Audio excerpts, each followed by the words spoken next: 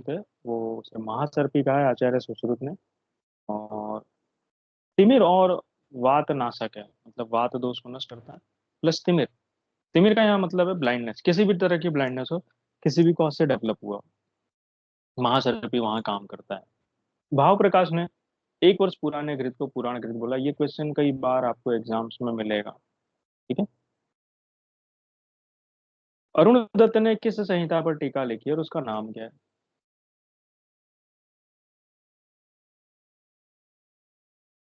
सर्वांग सुंदरी बोस।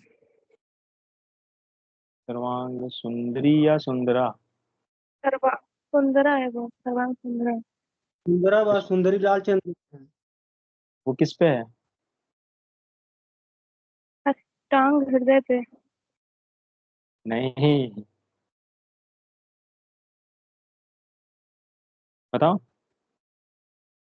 देखो हम लोगों ने कोड बनाया था, माधव की सुंदरी लाल थी। नहीं, ये कोड है, डिकोड करोगे?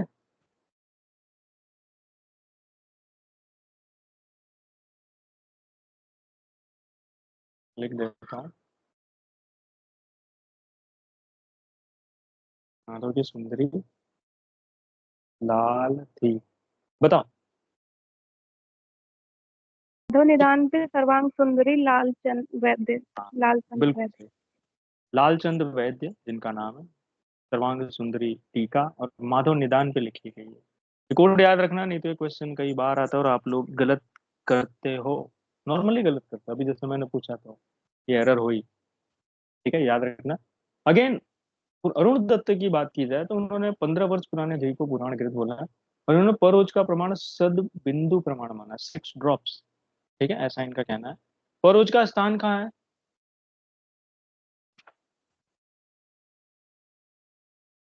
हृदय। हृदय। ठीक है, ध्यान रखना है सभी को। गर्भ की वर्ण उत्पत्ति में महाभूत देखते हैं, तो अवदात है ना, सबसे ज्यादा पूछा गया है, सबसे ज्यादा पूछा हुआ मोस्ट फ्रिक्वेंट क्वेश्चन है अवदात। या फिर इसको आप गौर वर्ण जो लिखा है, हमने इसका कोड बनाया है अजात। अजात गौर वर्ण, या फिर अजात अवदात भी बना सकते हो, जैसा आपको बनाना हो। दोनों यहाँ पर अलाउड है बनाना। अल्फाबेट से आप समझ गए होंगे कैसे इसको डिकोड करना है। अ का मतलब आकाश है, ज का मतलब जल है, त्य का मतलब तेज है। ठीक है, और अ से ही हम लोग अवदात गिनते हैं। ये क्वेश्चन बहुत बार आया है एग्जाम में, एनआईए में तो ये पेट क्वेश्चन मतलब पूछा ही जाता था हर बार, कोई गलत कोई गलत, क्योंकि पता ही नहीं था ये आता कहाँ से क्वेश्चन में, आंसर क्या है, नहीं ध्यान रहता था उतना। ये थोड़ा ध्यान रखना है। कृष्ण वर्ण में देखो क्या है, पृथ्वी और वायु है, बराबर है। ये दो ही वर्ड आपको ध्यान रखना है। तीसरा जो चीज लिखा ना, इसको याद नहीं रखना, just remember this much. Shyam वर्ण में क्या है, तो यहाँ पर लास्ट में लिखा है सर्व, सम सर्व धातु प्रायः, मतलब सभी महाभूत है, इन शॉर्ट ये कहना चाह रहे हैं श्याम वर्णम। ठीक है, ये थोड़ा सा याद रखने वाला है। सम सर्व धातु प्राय मतलब सभी के सभी महाभूत समरूप में मिले, जो एग्जाम में आएगा। ठीक है, आचार्य सुश्रुत की बात करते हैं तो इन्होंने वर्ण देख रहे हो 4 प्रकार के बताए हैं। सबसे कॉमन की बात की कि तेज महाभूत है ना, क्योंकि वर्ण तेज से ही उत्पन्न होता है, तो सभी वर्णों में तेज महाभूत जो है ना कॉमनली है। तो गौर में क्या बोला, तेज जल है। ठीक है, कृष्ण में तेज पृथ्वी, कृष्ण श्याम में तेज पृथ्वी आकाश।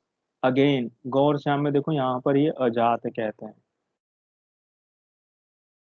ठीक है, ये याद रखना क्योंकि हमने गौर वर्ण में क्या पढ़ा है वो अलग है। ठीक है, और ये गौर श्याम वर्ण है। आपको हो सकता है आचार्य चरक और सुश्रुत में कंफ्यूज कर सके, तो इसलिए इस चीज को क्लियर रखना। ठीक है, सूतिका क्या होती है? सूतिका वर्ड से क्या समझते हो आप लोग?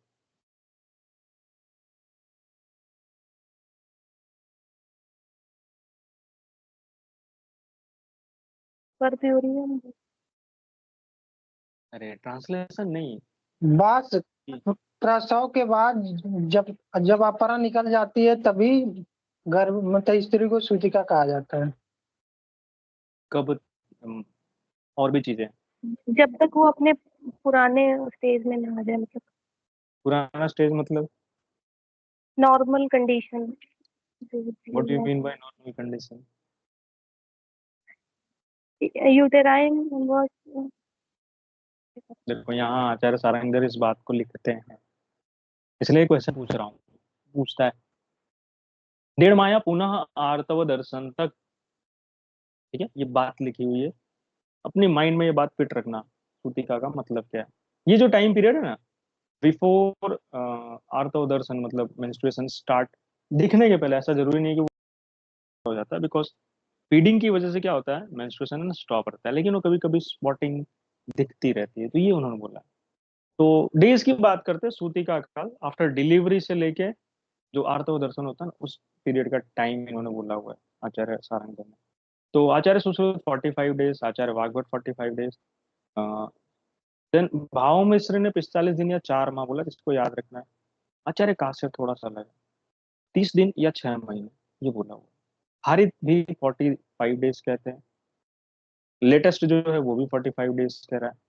सारंगधर ने 1.5 माह, वो भी 45 डेज ही होता है, 1.5 महीने, या फिर पुनः आर्तव दर्शन तक, ये हमें थोड़ा सा याद रखने वाली चीज है, ठीक है। सूतिका परिचर्या नया क्वेश्चन, इसको भी 45 डेज बोला है, ठीक है। मोस्ट डेंजरस क्वेश्चन, सूतिका की धातु साम्यावस्था आने में कितना दिन लगता है, बोले 6 महीने के बाद। तो नावडेज डिलीवरी के बाद है ना, बहुत सारे कॉम्प्लिकेशन फीमेल्स में डेवलप होते हैं। तो अगर आप चिकित्सा कर रहे हो ना सूतिका की किसी भी इस तरह की कंडीशन के लिए, तो आपको ड्यूरेशन पता नहीं, भी 6 महीने लगेंगे जो भी कंडीशन है उसको नॉर्मलाइज होने में। नहीं तो आपको पता ना, पेशेंट को ठीक करो, बोले 1 महीने हो गए, 2 महीने, 3 महीने, डॉक्टर तो बेकार है। तो आप उसको पहले से ही बता के रखो, और उसको बोले हाँ भाई डॉक्टर ने पहले ही बोल रखा है फर्स्ट कंसल्टेशन में, फर्स्ट विजिट में, कि 6 महीने से ज्यादा टाइम लगेगा। ओके। तो ये सूतिका की धातु साम्य अवस्था आने में लगने वाला टाइम है। आगे देखते हैं, गुड़ हरितिकी की बात की जाए, आचार्य चरक ने अर्श में और आचार्य सुश्रुत ने वात रक्त में। मेरा क्वेश्चन है, गुड़ आद्रक का वर्णन आचार्य चरक ने कहाँ किया है?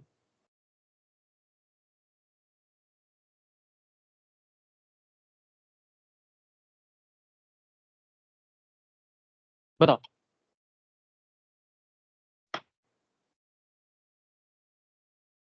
याद है किसी को?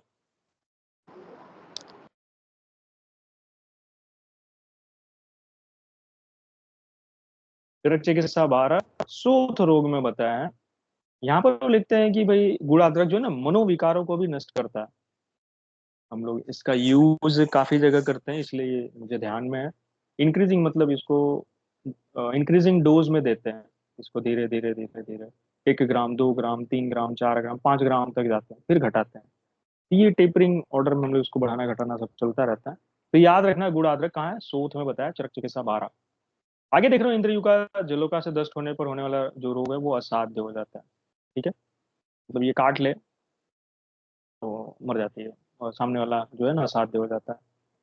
जलोका को रक्त मोक्षण के बाद होने वाला रोग, तो आचार्य सुश्रुत ने इंद्रमद बोला, आचार्य वाग्भट ने रक्तमता बोला। मतलब होता है क्या है, दो हम लोग यहाँ पर जब जलोका को अप्लाई किया जाता है कहीं पर भी रक्त मोक्षण के लिए, तो उसके बाद उसको ना वमन कराना जरूरी है, रक्त का वमन कराना। तो जैसे जलोका मुंह खोलते हैं, उसके मुंह पे हल्दी चिपका देते हैं, हल्दी चिपकाते ही वो खून की उल्टी करते हैं। अगर हम ये रक्त का वमन नहीं कराएं, तो दूसरी तरफ जब उसके शरीर में रहता है, तो उसको एकदम से आप कह सकते हो, जब पानी में छोड़ोगे ना पूरा बिना प्रॉपर वमन कराए, तो वो एक जगह स्टेबल जाके बैठ जाती है, तो उसको इंद्रमद कहते हैं। और आचार्य वाग्भट ने इसी को रक्तमता कहा है। और थोड़ी देर बाद देखोगे ना आप, वो पूरी इनएक्टिव हो जाती है और मर जाती है, क्योंकि वो दूसरी तरफ उसके शरीर से बाहर निकालना जरूरी होता है, तो प्रॉपर उसको वमन कराया जाता है, ठीक है। आप लोगों ने देखा भी होगा प्रोसेस वगैरह, तो पता होगा। ओज की बात देखते हैं, आचार्य सुश्रुत कहते हैं ओज जो है ना सर्व शरीर में व्याप्त है। तो सबसे पहले याद रखना है, जरूरी है ये। आचार्य चरक और वाग्भट ने बोला हृदय में स्थित है, ठीक है। चरक और वाग्भट, वाग्भट का यहाँ मतलब है अष्टांग हृदय, that is what I mean. अष्टांग हृदय ने बोला ओज शुक्र का मल है, बहुत ही न्यू सेंटेंस है। संग्रह सार, आचार्य संग्रह सॉरी अष्टांग संग्रह ने शुक्र को सार कहा है, ठीक है। तो शुक्र सार अष्टांग संग्रह, इसलिए मैं 3 चीजें लिख रहा हूँ, ट्रिपल एस, आपको समझ में आएगा, ठीक है। शुक्र का मल अष्टांग रतन बोला, शुक्र का स्नेह डल्हन बोलते हैं, शुक्र की उपधातु आचार्य सारंगधर। ओज के ये भेद पर और अपर भेद, पर अपर ओज कहाँ देखने को मिलता है? अपर ओज का स्थान बताओ। सर्व शरीर। सर्व शरीर, वेरी गुड। जबकि पर ओज हृदय में। इसका भेद आचार्य चक्रपाणी ने किया हुआ है। ओज और बल में अंतर डल्हण, आचार्य डल्हण। और ओज को सर्वप्रथम पंचरस युक्त आचार्य काश्यप ने बोला है। ये भी एक नया क्वेश्चन है जो आजकल काफी ज्यादा पूछा जाने लगा है। ये थोड़ा सा आपको ध्यान होना चाहिए। अगले पेज पे चलते हैं। विभिन्न सिर रोग के जो दोष है ना